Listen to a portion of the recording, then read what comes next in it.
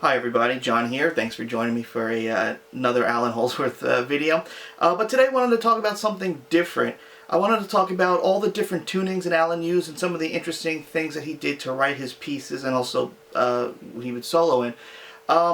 I talked a bit about this in that big 5-hour video that I did, but some of it was at the end, so I think a lot of people might have missed it, which I can't really blame them. So I wanted to go over all that stuff today, plus one interesting thing that I actually discovered while I was doing some research from other stuff. So I don't know how long this video is going to be, so I'm going to try to keep it as short and concise as possible. So thanks for watching, and let's get started.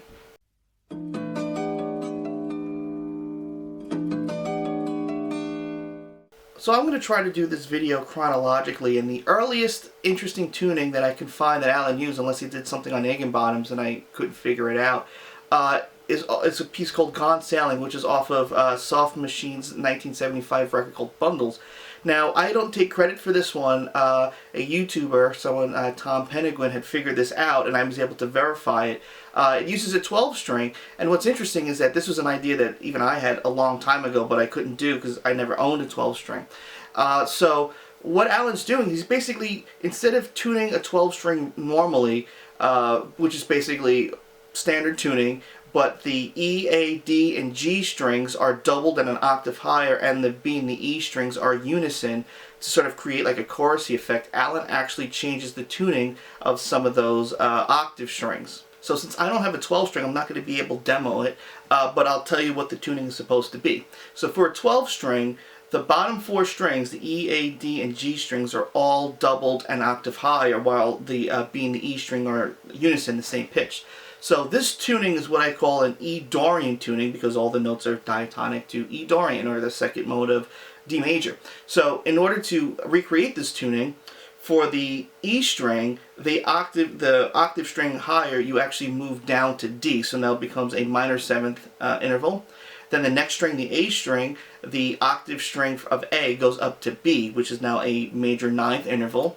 The D string you leave alone. The G string, the octave G, you move down a half step to F sharp, so that becomes a major 7th interval. Then the next 2 strings, the unison strings, the B string, one of them you move up to C sharp, which is a major 2nd, and then you leave the E string alone. So what also makes this tuning tricky to transcribe is Allan's not only just playing the strings by them at the same time, but he's also playing them individually.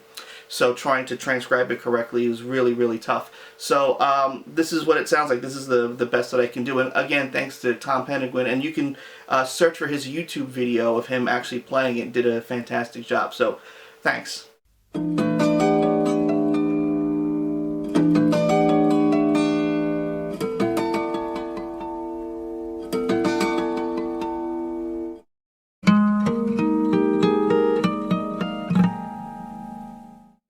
Now the next tune that we're going to talk about is Last May, that uses a really interesting tuning. Now this was actually the first Allan song or tune that I ever transcribed years ago, I think like 2016, and I never really posted it because it took me so long to figure out. It was like my little secret, but plenty of people have figured it out now. Like Gone Sailing, it uses harmonics in the beginning, and that's really what cracks the code on what the tuning actually is, because the most prominent harmonics are the 12th, 7th, and 5th fret. So there you would have octave, 5th, and then an octave again. Or you have only 2 different pitches to really choose from. So I was able to write out what all the pitches are, then try to reverse engineer it. But what made the tuning really difficult to figure out, and of course it's just normal Allan genius ingenuity, is that the 2nd string is a half step lower than the B string. So they don't all ascend in pitch order. It actually changes. So the tuning, it's this is what it would be in E standard. It's E, A, another E, so the D string moves up a whole step, A, so the G string moves up a whole step, and then the next string is G sharp, so you have to bring that B string down to G sharp, and then the last string, the E string, is another B, so you have to move that down. And the actual pitch is a half step lower than that, so the actual pitches are D sharp, G sharp, D sharp, G sharp, G, and A sharp. And the reason why that's like, I guess it's like that, is because of the way that it's picked. I mean, if you would do all the pitches in the same order, you'd have to change the order of your right hand picking, which is really awkward. But it's a really beautiful tuning.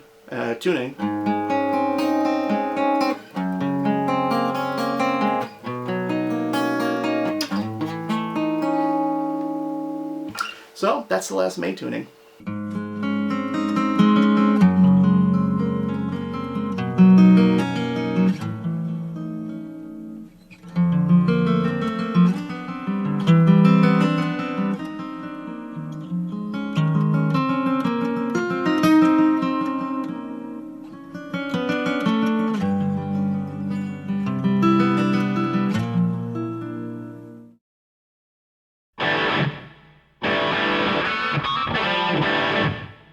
So the next thing that Allan did to sort of give his tunes and chords a little bit more spice is the use of harmonizers. And I think the first time Allan really used the harmonizer was for Devil Take the Hindmost in the first performances of it for his 1983 tour. But most of his use for the harmonizers really just localized on the 1985 Metal Fatigue record, where he used it on Metal Fatigue. He used two different pitches for that. For the chords, it's I think a perfect fourth higher, and for the intro part with the distortion, it's a whole step lower. Panic Station, the little part, the Merry-Go-Round, and obviously Devil Take the Hindmost. And most of the time when Allan used them, I think every time Allan used the harmonizer, it was either a perfect fourth or fifth higher or lower, and sometimes an octave higher or lower too. He didn't really experiment with anything else. So he wrote those tunes and played them pretty much exclusively for the 1984, early 1985 tour. But after he had split up the IOU band with Paul Williams as the lead singer in March of '85, he really never played any of those tunes again that really used the harmonizer, except for Devil Take the Hindmost, which is he played for the rest of his career. Also, Allan would use a harmonizer an octave higher for his swell sound, just to give it what he would say some pixie dust. He also experimented with using harmonizers an octave lower, but he pretty much used it for his entire career. Sometimes some tours for when he played Devil Take the Hindmost, he didn't use a harmonizer, but once he got the magic stomps, he used it for there. And also, even in his zone solos, he would often use harmonizers. So just as some quick examples, Devil Take the Hindmost is a perfect fourth lower.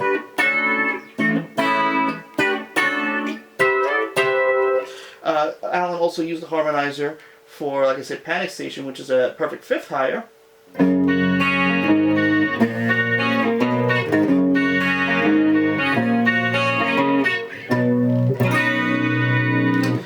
He also used it a perfect fourth higher for Metal Fatigue, like I said before, and also for that little section in the Merry-Go-Round.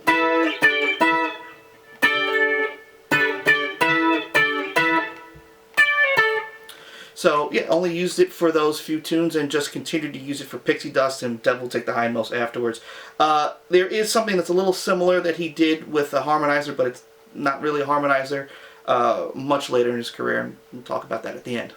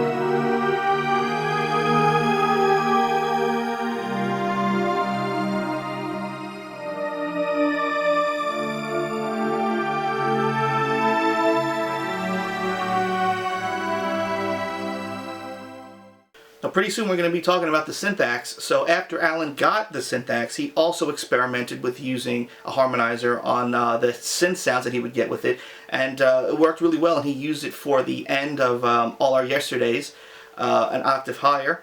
What's a little tricky though is that with the Matrix 12 you basically have two voices, and you can set however you want them to be apart, any interval distance for about 2 octaves. So you can also recreate it by not using a harmonizer and just making one of the voices an octave higher. So sometimes for some of the synth stuff it's hard to hear if he's using a harmonizer or he's just setting the different voices to be different pitches. And also he would use it for his solos as well with the syntax for a couple of tunes, just for some flavor.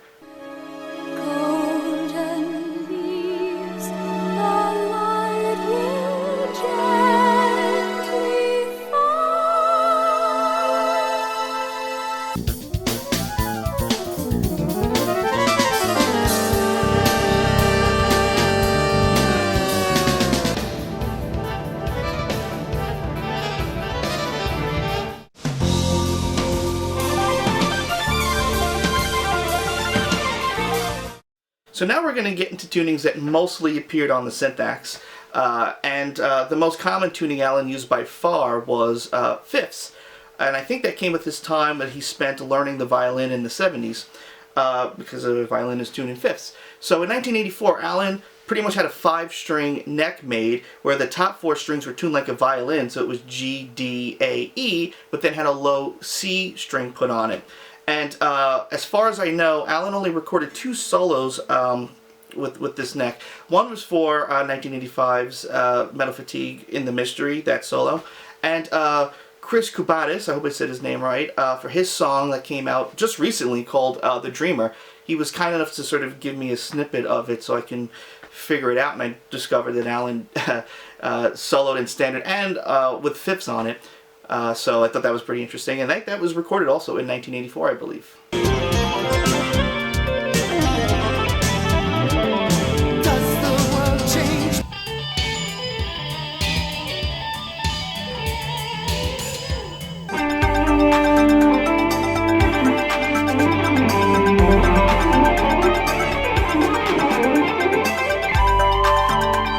So as I talked about in my syntax video previously, Allan had first learned of the syntax in 1984 and finally got his hands on it in early 1985, and he fell in love with it. And one of the things that he really enjoyed was he didn't have to worry about the tensions of the strings or anything like that, because obviously the synths are triggering the sound, not the syntax. So he was able to tune the neck in fifths, but now with 6 strings, so it would go from a low F, C, G, D, A, and a high E, and that high E being the same register and the same pitch as the high E on a normal guitar, as a standard tuning.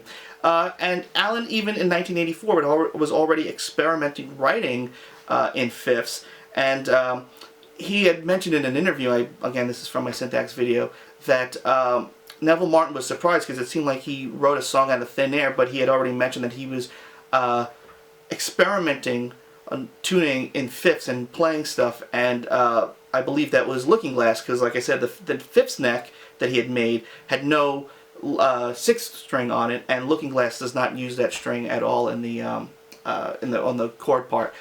So from that point on, almost all the fifths tuning stuff is on the syntax, and it's so common that I'm going to show every piece that I can that Allan uses fifths tuning in, whether it's a chord thing from his own stuff or any of his solos. A lot of times it's just the line, sometimes it's the whole solo. But I'm going to take one from each one example from each track. He'd even used fifths tuning on guest solo stuff. The only tune that I can think of that is in fifths that doesn't use the syntax is Sphere of Innocence, and I think that's because in the late 80s, Allan was trying to wean himself off the syntax, especially using it live, so he had a double neck built, one with the fifths neck and one with the neck in standard tuning, so he can play the tunes that required the chords to be in fifths on one neck and then switch to standard tuning on the bottom neck. And Sphere of Innocence was always played on the double neck, so it was probably written around that time. So these are all the examples that I can think of where Allan used the syntax in fifths.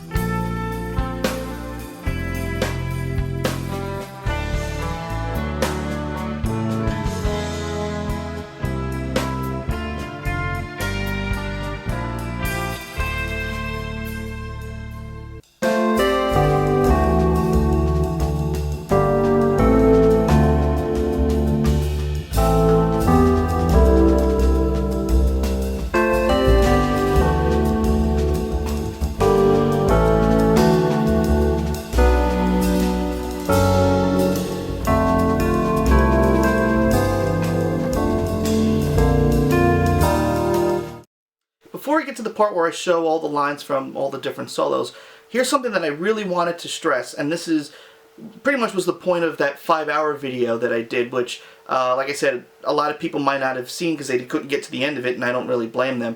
But it was from really the fifths tuning where I really got a sense of how Allan sort of sees the neck and how he plays. Because in all of the examples that I found where Allan plays in fifths tuning, he only plays in just the regular, major scale positions and like pentatonic scales, so 3-note per string pentatonic stuff. That's it. As well as the weird outside stuff. I had never seen Allan play a diatonic melodic minor line or a diminished scale line, or the half-whole diminished scale, how he thinks of it, in fifths tuning, ever. But I still see the same shapes where Allan plays in fifths tuning and standard tuning.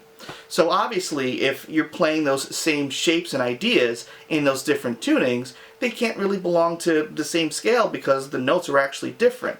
And that's where I got the sense of, it's not that Allan's playing in shapes or so much, it's that he's creating tension with these concepts and then resolving it afterwards. So it, to me, seems really suspicious or really odd that Allan would be playing these 8 or 9 or like 10-note scales that are really complicated, but yet not ever play anything from the diminished scale or melodic minor, which are really simple in retrospect. It was also exceedingly rare for Allan to actually solo in fifths live. The only time where Allan would actually solo in fifths, would, like say, was for non-thru condiment, when he would play with the double neck, or even with the syntax, he would solo in standard, and then right before he had to play the main headline that's written in fifths, he would switch to fifths and then do a little bit of whatever to prepare him to get there instead of switching and then playing the melody line immediately. And the other times that he would play in fifths live is unaccompanied. So in the April '86 tour, there was a section where Allan would just solo with the syntax, and he solos in fifths tuning, and also standard, and also with Gary Husband's, they were sort of interplaying between each other. Allan never used the syntax in fifths to make the changes on something, let's say like letters of mark or something, if he wanted to, although he never used the syntax for that. And I'm talking about in fifths, there's video of him playing letters of mark in standard, soloing, but again, not in fifths. So again, it seems interesting that Allan would choose he would be playing these same sort of shapes and ideas, do something like that in fifths and standard when the actual tuning is different and the notes are different. So that leads me to believe, that, like I said, the notes don't really matter, and people are just, I think, putting too much emphasis on the Messiaen modes and stuff like that. It's possible that those ideas were built from them, but I think in the actual real-world execution of those, he's not thinking of it that way. He's basically taking these same shapes and ideas and using them to create tension by playing outside, and then releasing that tension by playing whatever. And again, you see the same patterns in fifths and in standard, but yet you don't ever see melodic minor lines or diminished scale lines or anything like that. So I doubt that Allan's playing, like the third Messiaen mode, which he didn't even know who Oliver Messiaen was. He just sort of developed that same scalar idea. And also Allan said that he never used that scale over a chord. He would just use it as a transition to get to one area, and I think he would think of the contour of the physical part of that scale and then solo into standard. So I really wanted to hammer that home, because that was really the main point of that 5-hour video I did. I gave you, 3.5 hours of all these examples, and then at the very end I show you Allan using those same examples in a different tuning. That's that. I only wanted to do that so people, they don't beat themselves over the head with learning all these complicated scales when I don't think you really need to. So anyway, here are a ton of lines of Allan in fifths tuning. So as an example of fifths tuning in a solo, here's a line from Clown.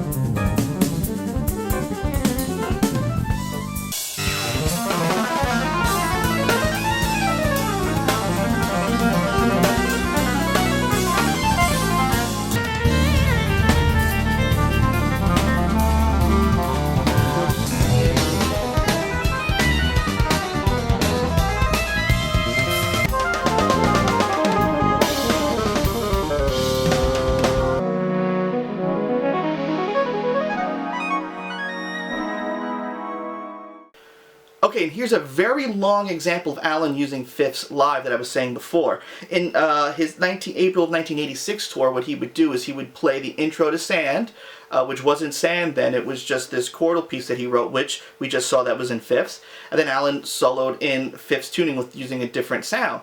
Then he would play the Sand chords again, and that would signal now that he was finished with that section, and then now Gary Husband would start to play, and then Allan actually would go back to soloing in fifths. And if you look, if you pay attention, you'll see that Allan switches to standard and then goes back to fifths. And all this was done in those zonal improvisations. Again, he's not following any changes, so this is a large section of Allan playing in fifths, and I think the date was April 16th, 1986. So if you want to look up that show, that's where this is from.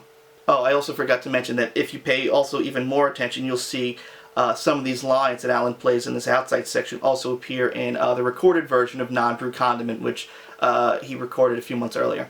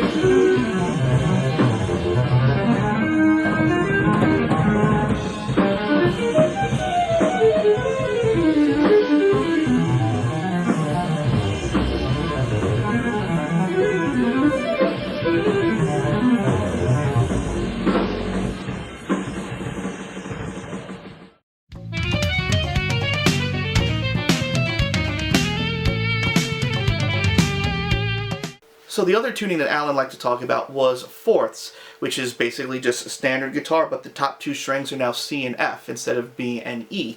Like fifths, this is now 100% symmetrical from not only the scales, but also the chords that you're playing. The problem is, though, you can't really play bar chords. So, like, if you try to play like a regular bar chord here, you would end up getting that. I think you'd have to play like, you'd have to do like a half bar. So for Allan's playing, it's fine because he's really concentrating more on unusual chord voicings and just seeing the neck as some sort of pattern instead of having, as he would say, to fight the B string. Now the problem is identifying when you would actually see Allan playing in fourths, because it's not obvious. So the only thing that I could really go by is anytime I saw any sort of pattern symmetry between the third and the first string, or the fourth and the second string. So for example, something like this. This is from Snow Moon.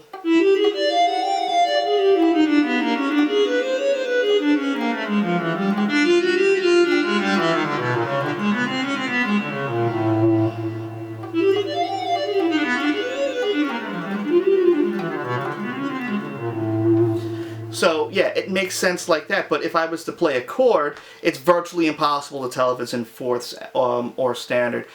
So this is all the lines that I found that could be played in fourths. A lot of them are actually from Snow Moon, but the problem with that record for Flat Tire is that there's a lot of MIDI editing that Allan did afterwards, so it's tough to say if some of these lines were played live or edited afterwards. But they have a feel to them that I think it's possible that they were played live. Again, for Flat Tire, it's really hard to say, but these are all the examples I could find.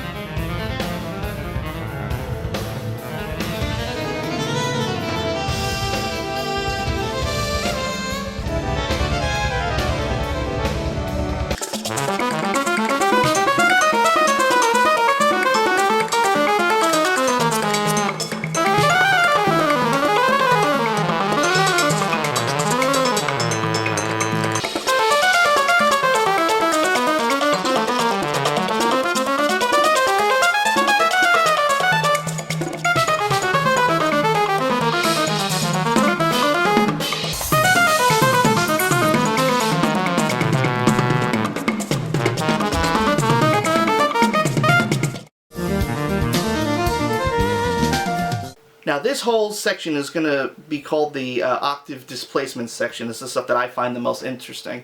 And I give, again, all credit to Joe Britton because he's the one that figured it out, or at least planted the seed for me to go through and find more instances of these types of tunings. And the way that it started was, I was transcribing Eidolon, which, as we saw, that was in fifths, and I had difficulty with one particular section where I had all the notes, but I couldn't figure out how you could play it on the guitar. And Joe figured out a tuning that made physical sense. I said, okay, that's cool. I can, you know, that works physically. I didn't have the syntax at the time, but I could tell.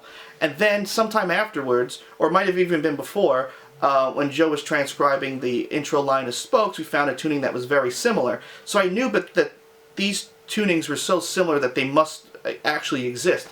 So I had to use this arsenal when I was transcribing all of Allan's material, that if I couldn't figure it out, how to actually play it on standardly tuned neck, that maybe he's using one of these different tunings. So with this information, I basically had to figure out every instance that I could find this tuning in. So it would be the 6th, 4th, and 2nd strings an octave higher or an octave lower, the 5th, 3rd, and 1st string an octave higher or an octave lower, so that's 4. The top 3 strings being an octave higher, the top 3 strings being an octave lower, the bottom 3 strings being an octave higher, and the bottom 3 strings being an octave lower, so I think that's 8. And then Joe found another one called reverse tuning, which was 9. So now that we have 9 different octave tunings, you then had to apply that to standard, fourths, and fifths. So I ended up with 27 different tunings to choose from. Now Allan didn't use all 27 of them. These were just things that I can think of. But I would start to try to figure out where some of these lines would be. And if they didn't make sense, I'd have to go through one of my tunings and try to find what it could be.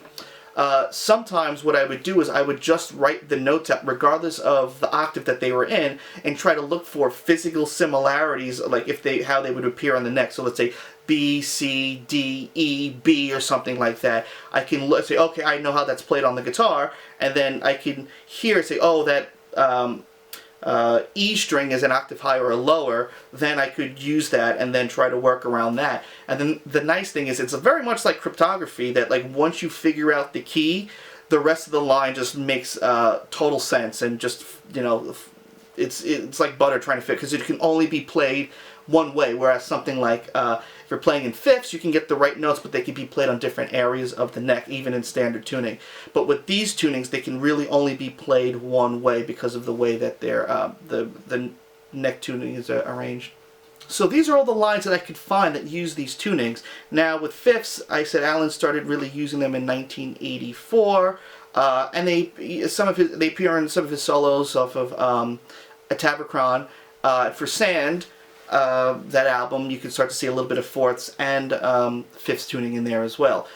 For these octave displacement tunings, the first time that, the earliest record that I can find them on is his collaboration with Gordon Beck with The Heart in My Song that was recorded in May or June of 1988. And these tunings pretty much only exist on tunes that Allan played the syntax on records from that point on till about 1990. So a majority of these lines are going to be found on those records recorded in there, mostly from Allan's record Secrets, as well as his collaboration with Frank Gambale on Truth in Shredding, and like I said, on the Gordon Beck record with The Heart in My Song. Also, Allan did a couple of guest solos, and you'll see these tunings from there. One of them is Cold Sun, that's on Alex Massey's 1989 album Attack of the Neon Shark. The other one is on Final Project and Lights, which is on Andre Michelli's 1990 record Silent Will, and also on Steve Tavaglione, I hope I said that right too, on his track Tsunami, which is off of his record Blue Tav, that actually came out in Japan in 1990 but was re-released in the US in 1997. So it's not that Allan recorded the syntax thing in 97, he did it in 1990. So like I said, all these tunings really appeared in this small little section of time in Allan's career. So the first line I wanted to show you is with the 6th, 4th, and 2nd strings being an octave higher, and just here's a line from Secrets. Alright, and here are the rest of the lines.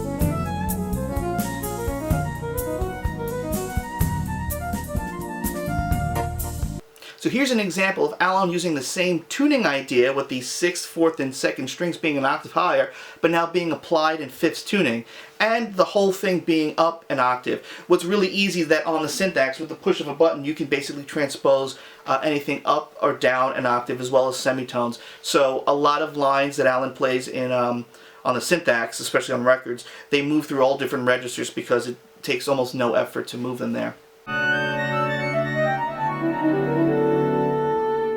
So now here's the opposite of that tuning, where now instead of the 6th and 4th, 2nd strings being an octave up, they're now an octave down. And the only place that I can really find that on was that chord section of Eidolon that I was talking about. And again, this is standard tuning.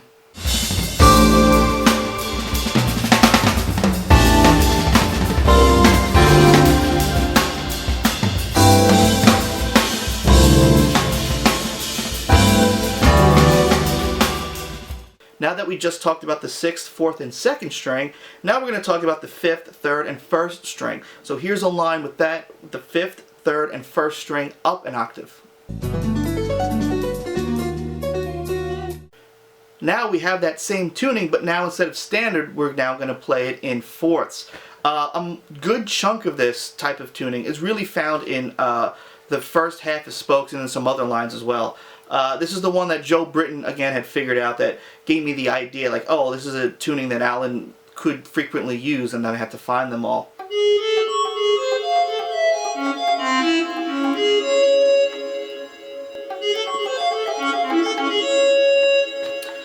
And that's also a very common line that Allan would play, especially if you watched my 5-hour video of all those different outside phrases and stuff. So again, once you're able to figure out what the tuning is, it becomes very playable. So here are a bunch of examples of the 5th, 3rd, and 1st string being up an octave and the bass tuning being in fourths.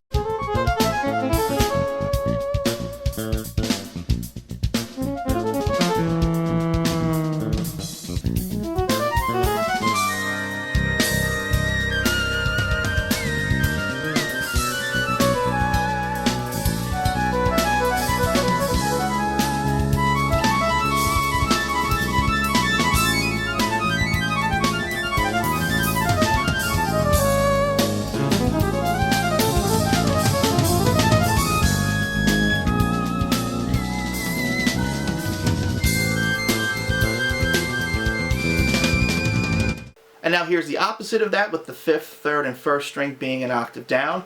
Here's a little example from the final project.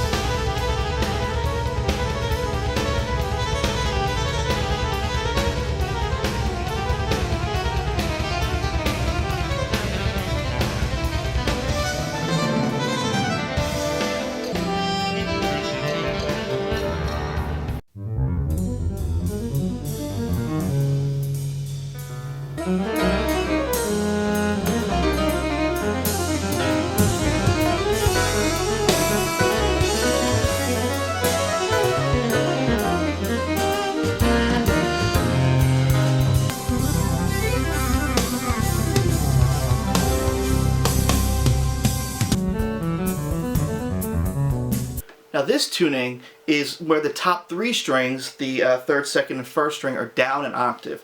The only place where I found that this tuning was used on was Flat Tire, and again, Flat Tire is kind of a weird album because there was so much MIDI editing that was going on.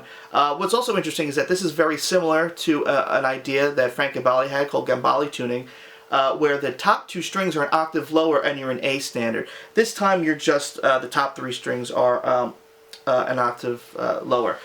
So what you can do with this is get really close voice chords. See? But now what happens is your octaves are unison. These are the same pitch. So what that means is now transcribing stuff can be a little tricky because you can basically have 2 different ways of playing the same exact chord. So for example, if I play this D major add 9, I'm playing it like this, 5, 7, 9, and then 7. This is the same exact voicing if I just swap now, if I move the 5th fret to the 7th fret and my pinky from the 9th fret goes to the 7.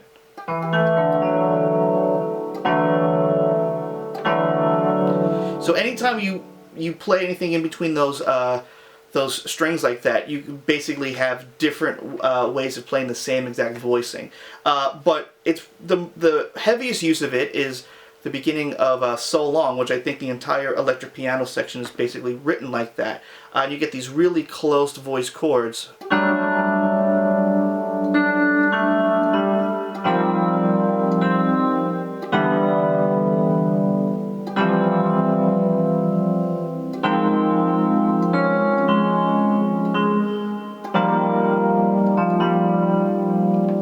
So yeah, all those chords are very typical Allan chords, but they're so tightly packed together that the only way that you can play them is using that tuning. And again, once I figured out what that tuning was, the rest of the piece pretty much just became really easy to figure out. Allan did use it for a couple of solos, but again, it's tough because of the editing in there. But these are all the places that I can find them.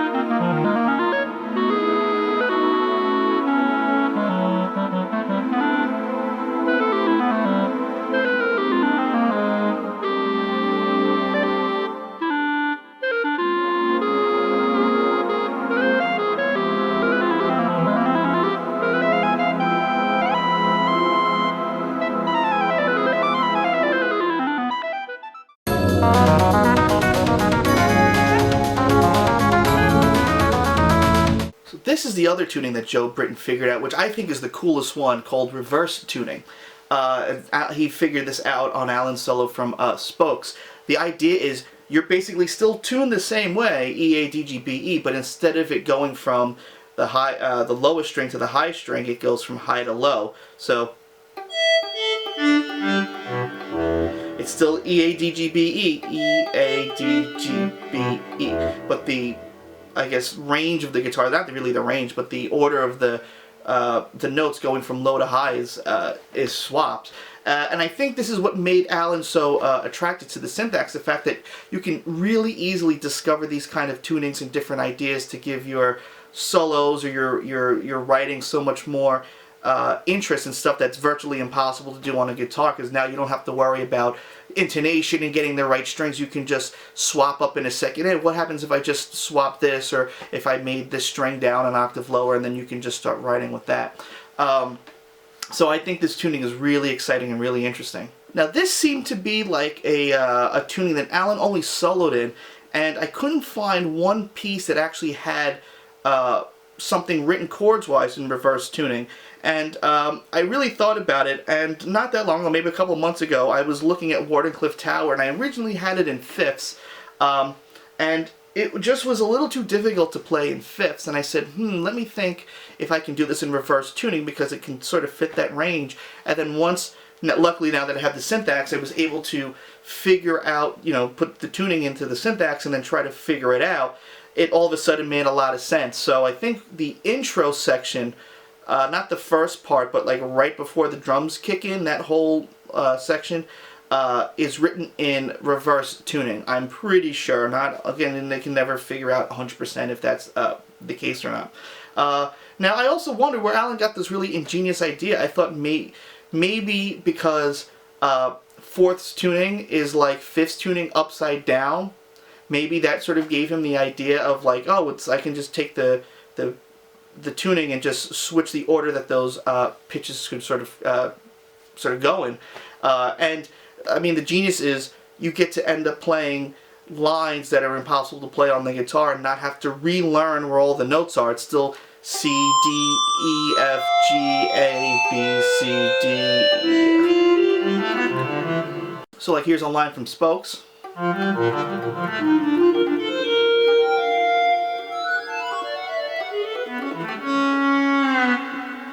So just really ingenious to come up with all these different ideas.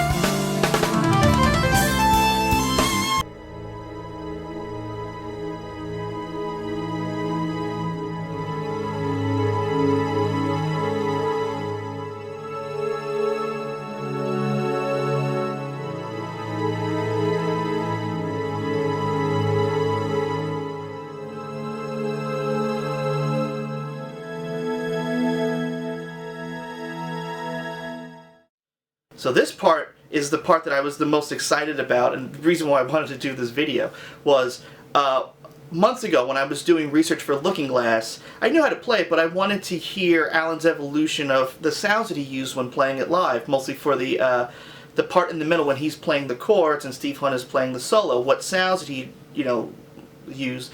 And I came across May 2nd, 1989, where they played at the Roppongi Inn in Tokyo, Japan, and I'm listening to Looking Glass, and I distinctly hear in the solo section reverse tuning. And then I hear it again later, and this blew my mind because up until that point I assumed Allan never used any of these tunings live, ever. Now remember, reverse tuning is just standard tuning, just with the pitches of them upside down, so it's not like fifths like I was saying before. And then I listen to Pud Wud, and I find reverse tuning on Pud Wud as well. Non-Brewed Condiment, which was played later, does not have that tuning. But this is really important, and the reason why is because I went to the show earlier, April 28th in Kobe, in Japan, and there's no reverse tuning for any of those pieces. Now, why this is so important is because of how you have to put those tunings into the syntax. So, Looking Glass goes like this when you're playing it. You have one bank that's tuned in fifths with the patch that you want, and then Allan switches to his solo patch, which is in standard. Then he switches to a different chordal sound, which was in standard, so maybe strings or whatever, and then switches to fifths with the different sound, and then he goes and plays the ending chords and then finishes the tune. So during that solo, he's just playing in standard, and that's pretty much what he did on April 28th. What's important to know is that at some point Allan deliberately, and remember with the syntax you can only move forward and backwards in the banks, so you would use that patch 1, 2, 3, 4, 5, let's say, and you can only go up and down them. At some point Allan had to deliberately insert that bank with that tuning in there and then get out of it. So he would go from fifths with that marimba sound to a solo sound in standard, then to reverse tuning with that sound, and then back to standard, and back to reverse tuning, and then back to standard, and then to the chord section in standard. And this was deliberately put in, and I think what was really amazing about it is that that could give away what Allan was doing. So because if you're sitting there and you're playing down here, and the pitch is that high,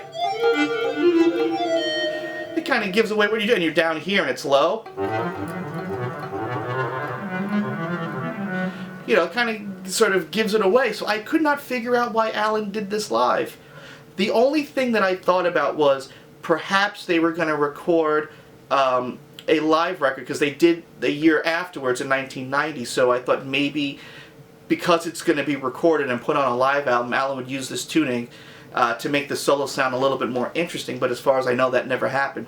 So it was only for that show, and I had talked to a friend of mine, and it seems to be that Allan also used these same tunings on May 3rd and 4th, and maybe some of those subsequent other shows. Unfortunately, 1989 is kind of an empty year of Allan shows. There's not many. I listened to the ones that he did in December. He doesn't use reverse tuning. It only seems to be on that little section. I also don't even know if Allan toured the U.S. in 1989, but I would love to know that if he'd used those tunings there. So that was really the most exciting thing. And just to show you, here are those lines from that show. So this is from May 2nd, 1989 in the Roppongi Inn in Japan.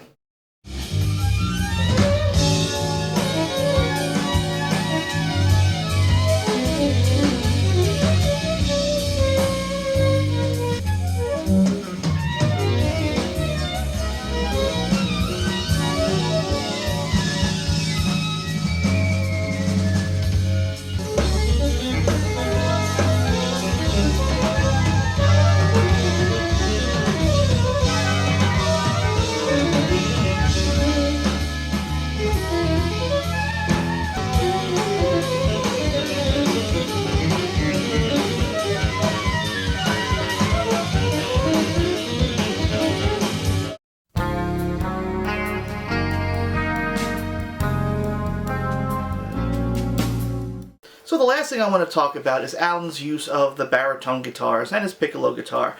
So pretty much, like I said, by the late 80s, Allan was sort of weaning off of the syntax, so he got a double neck made by Steinberger and really wasn't a fan, but he had a friend of his, Bill DeLapp, that actually would fix them up for him. He would sand down the neck a little bit, you know, to get a flatter radius.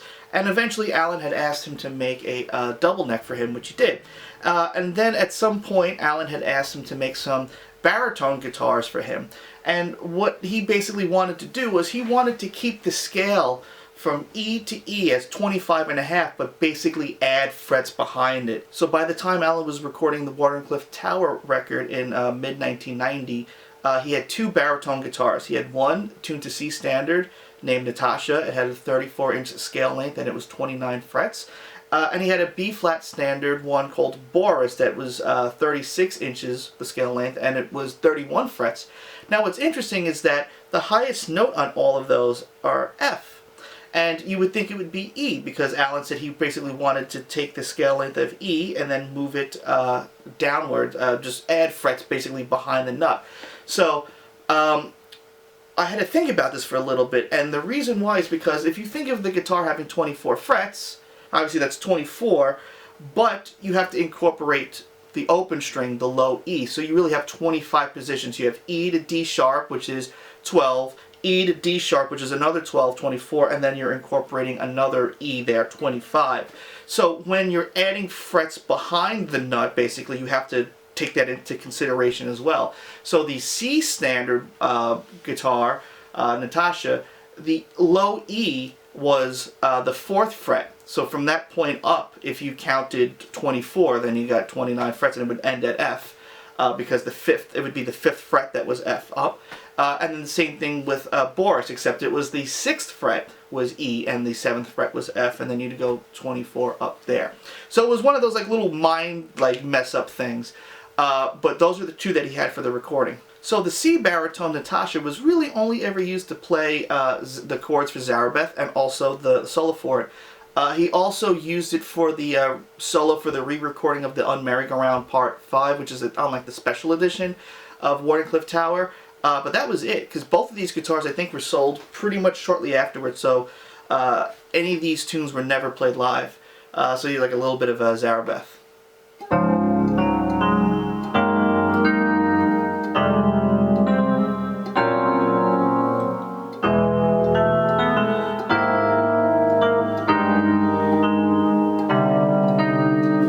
So that's the C standard one.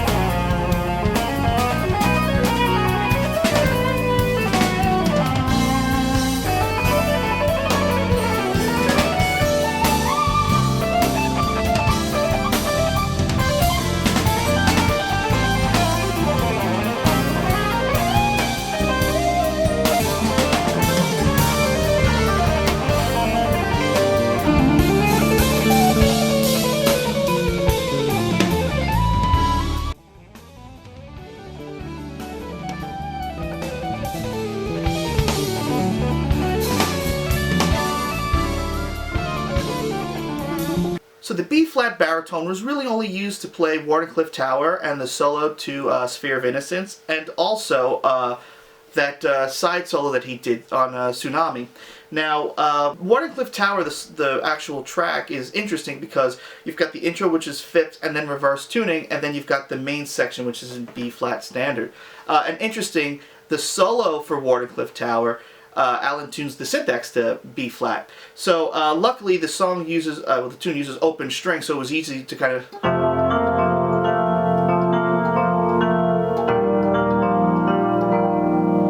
So obviously that's a little bit of Wardenclyffe Tower in B-flat. But the problem is with those guitars, since they're adding frets, the neck not only gets longer, but the frets get wider, so it's really hard for Allan to do all of his weird chordal stuff. So he says, oh, it sounds great, but it's like impossible to play. But those are the only two baritones that Allan used to record and really write anything.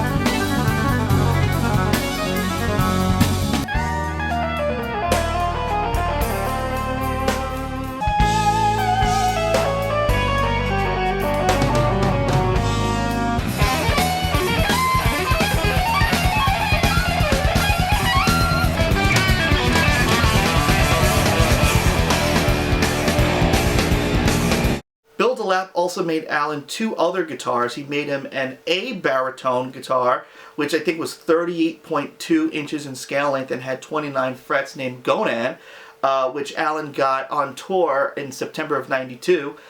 He only used that guitar for his live zone improvisations. He never used it to write anything, as far as I know. There's no recording that's been released of it.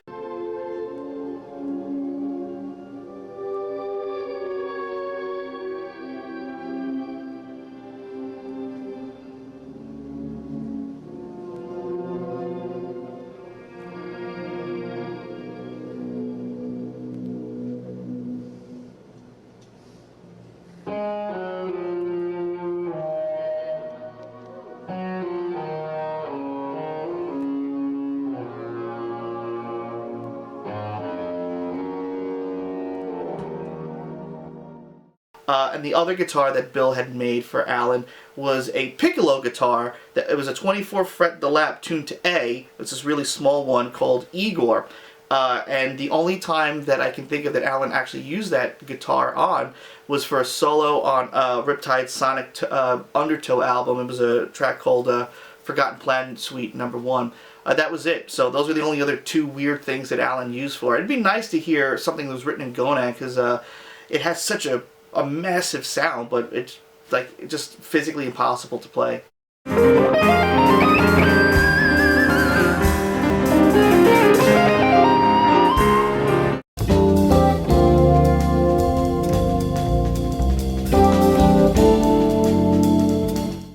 So the only other interesting little thing I wanted to talk about that Allan used to write was the use of a Roland VG99 system.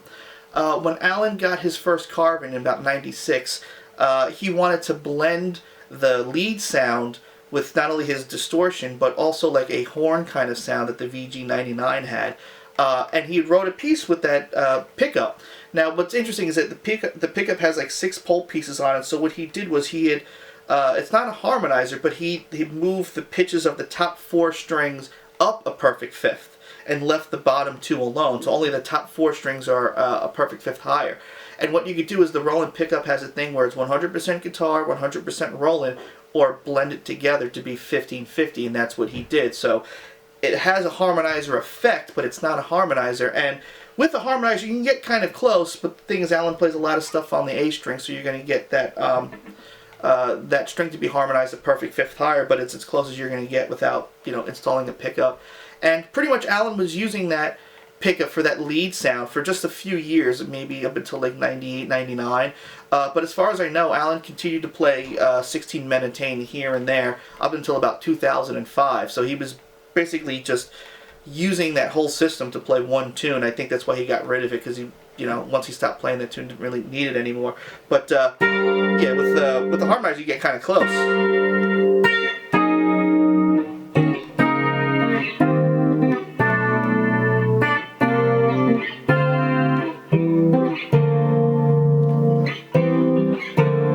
I haven't played it in a while, so it's close enough.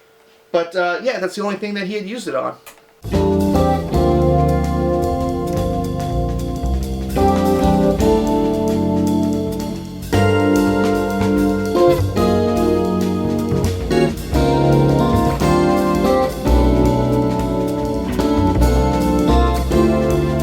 Again, thanks for watching this whole thing. All the lines that I have are available into my little licks PDF thing.